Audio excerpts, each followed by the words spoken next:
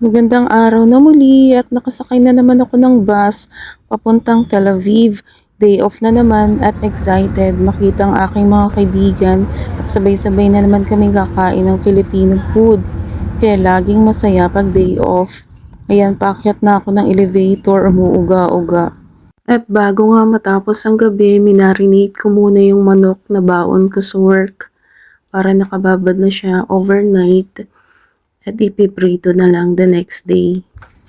At kinabukasan nga, nagprito ako ng itlog na may sibuyas para sa aming almusal. Tagal na rin kasi namin hindi kumakain ng itlog na may sibuyas, nag-crave kami. At yan, pinrito ko na rin kinabukasan yung minarinate ko.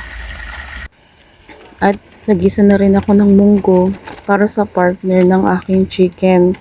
Nilagyan ko ng chicharon para malasa. At yan, ready na siya, naprito na at naluto ko na rin yung aking munggo. Ipapak ko na lang. At after ko nga magluto, meron akong appointment sa dentist ng 5 o'clock. Walking distance lang naman yung clinic ni Doc. Kaya hayan, maglalakad na lang ako papunta doon. At yan yung papuntang clinic ni Doc, pababa sa hagdanan na yan. Medyo kinakabahan nga ako kasi nga takot akong magpapasta. Pero kailangan ko kasing ipaayos uli yung nasira na pasta ng ngipin ko.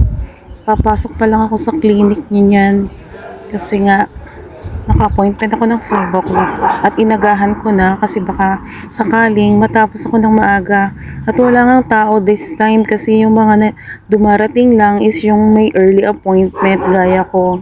Iyan, nakaupo ako at naghihintay, kabado 20. Pero okay naman pala yung kamay ni Doc nung natapos ako. Pero while waiting dyan, halatang kabado nga ako.